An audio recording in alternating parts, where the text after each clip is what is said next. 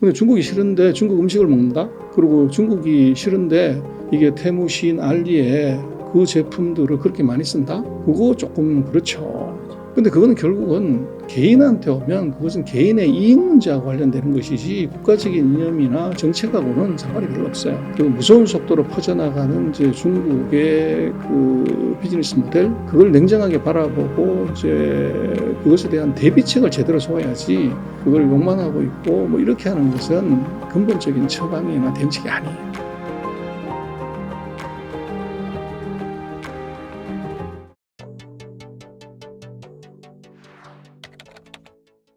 요즘에 TV 보면 유튜브 보면은 알리나 테무 막 이런 광고들이 많아가지고요. 그리고 진짜 막 쿠팡도 이제 우리나라 유통업계도 되게 힘들 것이다 이런 이야기를 하는데 이게 한편으로는 중국 내수 시장이 완전 쪼그라들어가지고 그 물건을 처리는 해야 되니까 싸게 해외로 팔고 있다. 그래서 중국 그건 경제가 틀림 아니에요. 아니에요. 그건 이제 무슨 말이냐면 최근에 이제 미국이 그 얘기를 해가지고 중국이 엄청난 오버 캐패시티 뭐 이렇게 얘기를 하는데 네.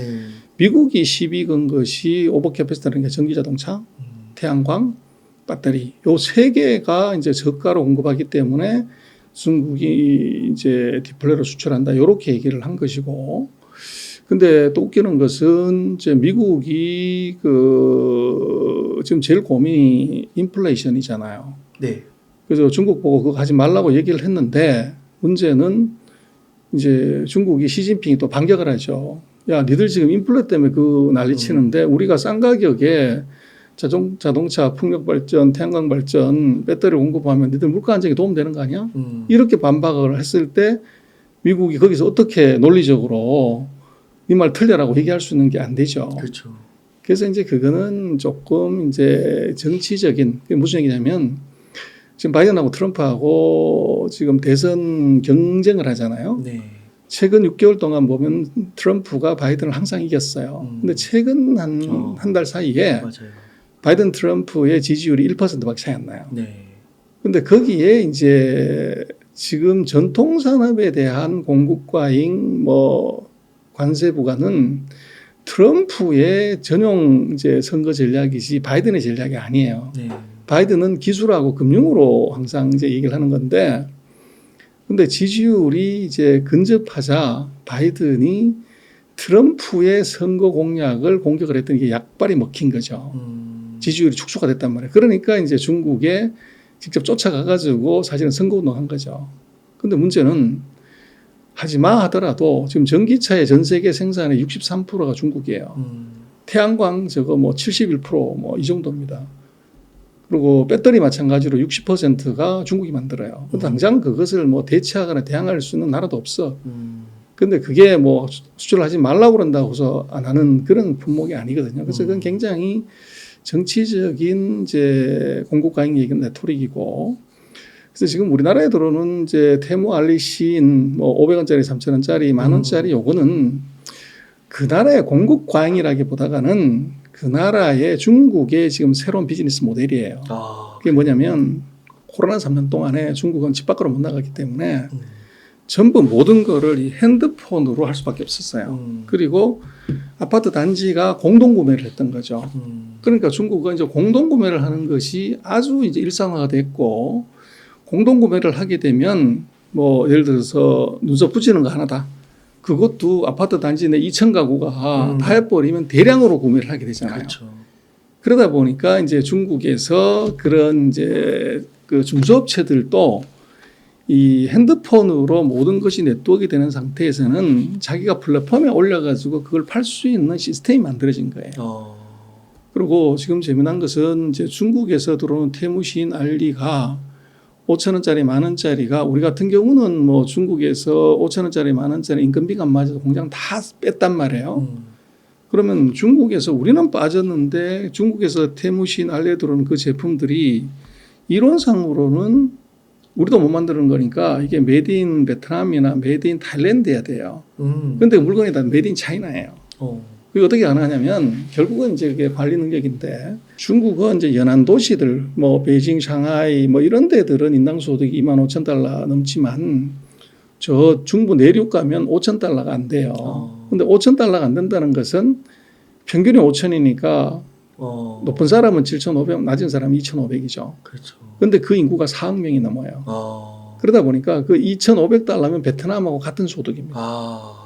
그래서 베트남하고 같은 소득에서 만들면 베트남하고 이제 같은 원가가 되는데 문제는 중국은 이미 40년 동안 그 제품을 만들어 본 거죠. 그래서 우리는 그 시골에 가가지고 관리를 못하지만 중국인들은 베트남하고 같은 소득 수준의 저임 노동자들한테 생산 제품을 만들게 할 수가 있는 거죠. 네. 그래서 이제 싸게 만들어지는 그 메커니즘이 나왔고, 그리고 이제 중국이 또 뭐가 있냐고 하면은 그 고속도로하고 고속철도가 다 깔려가지고 이게 중국이 남북으로 5,500, 동서로 5,200인데 이 사람들이 일일 생활권 안에 들어가요. 중국이 보면 구정 때 보면은 뭐 휴가를 3주 줘도 뭐 집에 못 갔다 오니 그랬단 말이에요. 기차가 늦게 가기 때문에 가는 데 일주일 오는 데 일주일이기 때문에. 근데 지금은 우리 같은 KTX 타면은 저 할배에 있는 사람이 베이징까지 오는데 한 5시간, 6시간이 와요. 그리고 심천에 있는 사람도 북경까지 오는데 7시간, 8시간 와요. 그럼 북경에서 만나가지고 둘이서 새벽밥 먹고 오면은 12시에 점심 먹고 거기서 회의하고 차 한잔 마시고 2시에 서로 헤어지면 12시 전에 다 집에 들어가는 거죠. 그러네요. 그럴 정도로 이제 물류 시스템이 갖춰지는 바람에 이거가 이제 한 군데에 모이게 되면 이 물동량을 전 세계에 팔 수 있는 이제 메커니즘을 만든 거죠. 네. 그리고 지금 태무진 알리 같은 경우는 한국에 먼저 이제 그 모델이 들어왔다고 그러면 뭐 한국을 잡으려고 한다 이렇게 되지만 문제는 예를 들어 지금 뭐 히타곤 테무 같은 경우는 미국에서 먼저 한 거예요. 그래서 테무는 그 회사 본사가 보스턴에 있습니다. 중국 회사가 아니에요. 그리고 이미 이제 한국에 들어와서 지금 7,800만 가입자 받아들었지만 지금 테무 같은 경우가 가입자 수가 1억 5천만 명, 시인이 2억 6천만 명이에요. 이미 전 세계 50개 나라의 테무가 그 모델을 쓰고 있고 시인은 뭐 150개 나라에 그걸 하고 있어요. 네. 그래서 그게 이제 제가 볼 때는 무슨 뭐 저가품을 수출한다 이게 아니고 이게 중국이 그 갖고 있던 엄청난 빅데이터하고 물류망에다가 거기다가 이제 그 저임 노동력 아직도 4억 명이 넘는 저임 노동력을 진짜 이걸 메이드 인 차이나를 만들어 버린 거죠. 그리고 지금 시장이 코로나 끝나고 나서 전 세계가 다가 상대적으로 가난해졌기 때문에 이제 가성비 좋은 제품에 대한 수요가 굉장히 많이 늘게 돼 있고 그 타이밍에 절묘하게 이제 중국의 그런 코로나가 만들어낸 기현상이 딱 일치가 돼버린 거죠. 그게 이제 빅이 들어간 건데 우리도 지금 심각한 것이 쿠팡이 가입자 수가 한 3천만 되는데 그 지금 테무하고 시인하고 알리 중국 그 플랫폼 기업 3개 가입자가 지금 뭐 한국에 들어온 지 1년 조금 넘었잖아요. 그게 1,500만이에요. 그래서 쿠팡이 뭐 얼마나 긴 시간 동안 돈 투자하고 했는데 그걸 불과 1년 반, 2년 만에 절반을 따라잡았다는 것은 앞으로 1년 더 지나면 쿠팡을 넘어설 수 있는 리스크도 있죠. 그렇구나. 근데 그거는 제가 볼 때는 뭐 디플레이 저가 수출 그걸로 볼 게 아니라 쟤들의 무서운 그 플랫폼 경쟁력, 그다음에 가성비 경쟁력, 그리고 그것을 이제 전 세계로 딜리버리 할 수 있는 이게 물류 시스템하고 알고리즘이죠. 근데 그게 이제 한국에만 적용이 된다 그러면 그건 뭐 그렇지만 이미 미국에서 6천만 이상의 가입자를 받아가지고 이게 장사를 하고 있단 말이에요. 그래서 이거는 글로벌 모델이에요. 그래서 거기에 대해서 우리는 경각심을 많이 가져야 되는데 그걸 너무 이제 단순하게 나이브하게 쟤들이 싼 제품을 디플레이를 세계로 수출한다? 그런 관점으로. 근데 디플레이든 뭐든 간에 그 돈은 애국심이 없어요. 그래서 자기한테 도움 되면 가성비 좋으면 사서 쓰는 거죠. 그렇죠. 그래서 우리가 지금 보면은 뭐 중국 싫잖아요. 그런데도 반중 정서가 역대 최악인데도 우리가 조금 이제 생각해 봐야 되는 것은 첫 번째는 우리 지금 뭐 대학교 앞에 가면 또 강남도 마찬가지지만 제일 많이 눈에 띄는 게 마라탕집이에요. 그리고 후어구어집, 양고기 샤브샤브집. 그리고 요즘 뭐 중학생, 고등학생들 학원 많은 데 가면 넘치는 게 탕후루예요. 근데 중국이 싫은데 중국 음식을 먹는다? 그리고 중국이 싫은데 이게 테무, 시인, 알리에 그 제품들을 그렇게 많이 쓴다? 그거 조금 그렇죠. 근데 그거는 결국은 이게 무슨 족구실고를 떠나가지고 개인한테 오면 그것은 개인의 이익 문제와 관련되는 것이지 국가적인 이념이나 정책하고는 상관이 별로 없어요. 그게 바로 미국도 소리 지금 전쟁하고 있는데 1억 6천만 명, 2억 6천만 명의 가입자들이 이게 중국 제품을 플랫폼에 쓰고 있다는 거, 그거 어떻게 봐야 되냐. 그래서 그거를 우리가 너무 그 정서적으로만 접근하거나 정치적으로 접근하는 것은 맞지 않고 그 무서운 속도로 퍼져나가는 이제 중국의 그 비즈니스 모델, 네. 그걸 냉정하게 바라보고 이제 그것에 대한 대비책을 제대로 세워야지 그걸 욕만 하고 있고 뭐 이렇게 하는 것은 근본적인 처방이나 대응책이 아니에요. 아마존도 긴장해야겠네요. 그렇죠. 아마존을 지금 이제 위협하는 단계까지 지금 온 거죠. 와, 저 이런 날이 또 오는구나. 와, 그러면은 그 소장님께서 보실 때 그 G2 경쟁이라는 거에서 보면 중국이 아직도 뭐 미국을 넘어설 것이다, 뭐 미국과 대등하게 갈 것이다, 뭐 이런 가능성은 여전히 있다고 보시나요? 그래서 그거는요. 네. 이제 이렇게 봐야 돼요. 그 1년 연봉이 예를 들어서 한 사람이 연봉을 1억씩 10년 받았는데 네. B라는 사람이 6천만 원, 7천만 원 받다가 어느 날 1억 1천만 원을 받았어. 그렇게 되면 그 사람이 10년 동안 1억 받은 사람을 넘어선 거냐? 아니죠. 그렇죠. 그래서 중국이 미국을 넘어선다고 하는 것은 이것은 누적의 개념이어야 돼요. 근데 지금 이제 중국이 미국 GDP 한 70% 되는데 미국이 한 2% 성장하고 중국이 5% 성장하면 뭐 10년에서 15년 내에 중국 GDP의 규모가 한내 규모가 미국을 넘어설 수 있는 가능성은 충분히 있어요. 그러나 이 국력이라고 하는 것은 누적의 개념이지 한내 그 사이 벌어놨던 것 전체를 그걸 넘어서야 되는데 그렇게 가려고 하면 제가 볼 때는 2050년은 넘어가야 됩니다. 네. 누적적으로 그래서 한내 연봉이 넘어가는 것은 2035년이든 40년이든 가능하겠지만 네.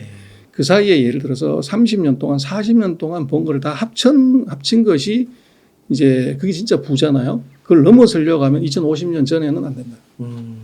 그 반도체가나 2차 전지나 뭐 그 저기 뭐 인공지능이나 이런 것들 수준은 미국이 그렇게 견제를 하는데도 안에서 잘 발전하고 있다고 볼 수 있는 건가요? 그래서 이제 반도체 같은 경우는 첨단 반도체에 있어서는 중국은 이제 한국이나 대만이나 미국하고는 아직 게임이 안 돼요.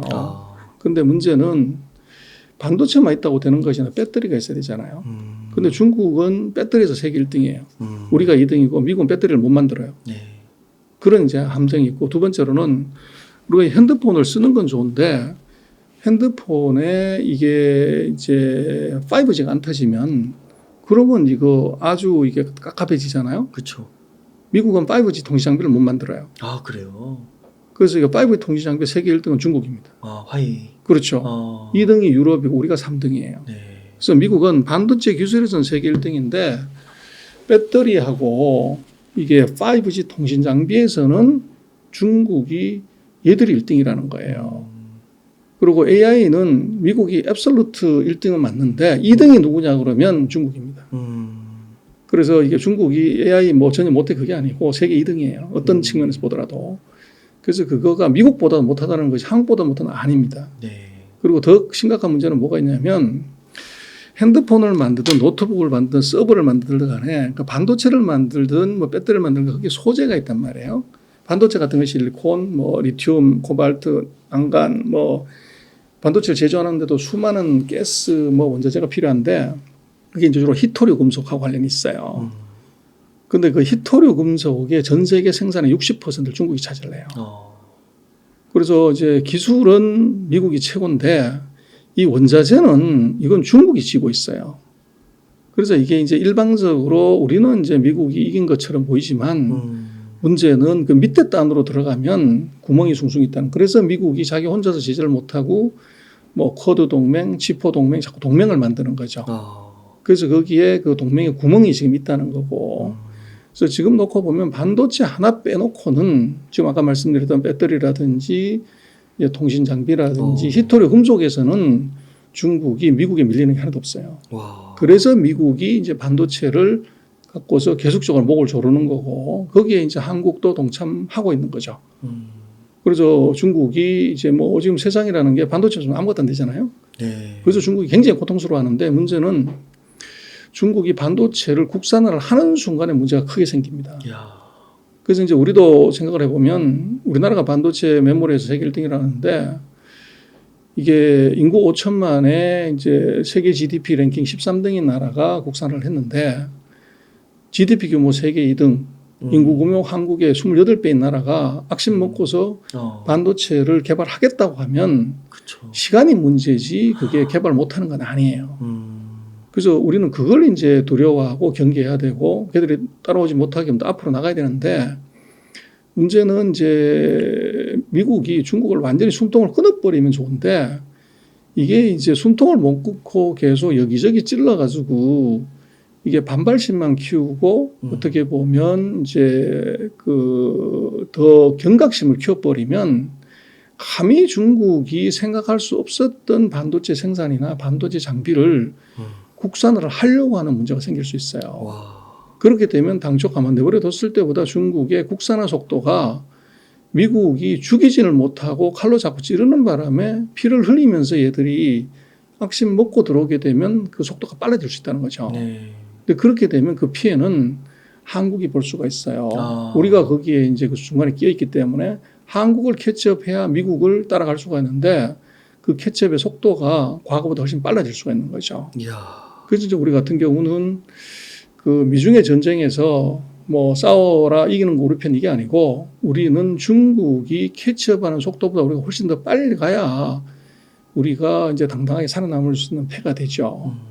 근데 지금 뭐 우리로 보면은 뭐 작년 같은 경우 보면 예산 짤 때 보면 국가 예산 뭐 그거 훅 줄였잖아요. 그래서 난리가 났단 말이에요.